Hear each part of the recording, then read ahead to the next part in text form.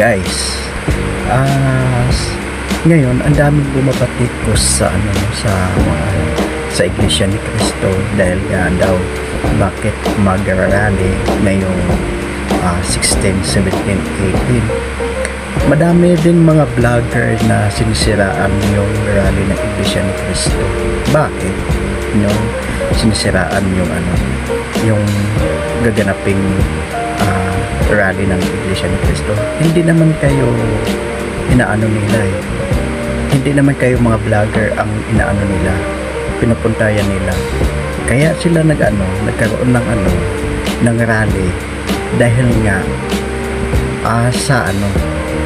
sa mga nangyayari ngayon, sa mga investigasyon, sa mga flood control project.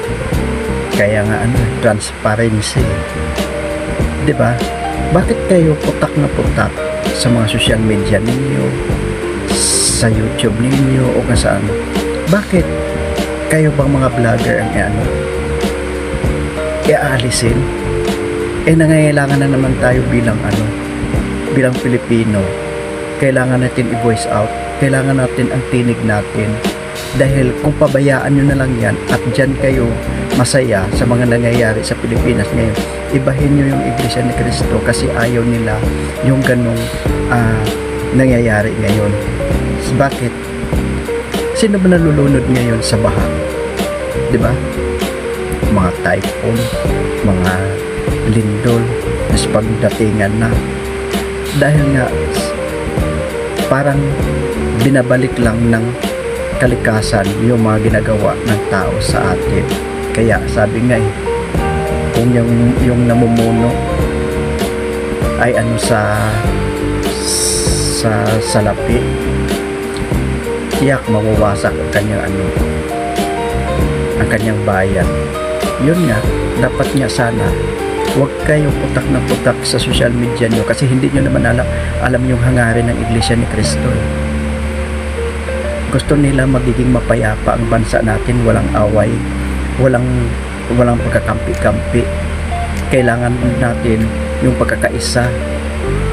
Tulad ngayon sa inyo, puro kayo daldal ng daldal, wala naman kayo katiyakan kung binabayaran ba kayo ng mga nag-aano sa inyo. Ang Iglesia ni Cristo hindi naman sila binayaran. Sinasabi niyo pa may 3K na natatanggap. Di ang yaman, milyon-milyon ng tao na pupunta sa rally. Hindi nyo ba naisip yun? Kung tigti-3K bawat isa nun? Mayaman ang Iglesia ni Cristo pero hindi magbabayad ng ganun kalaki para nang sumali sa rally dahil nga may pagkakaisa sila.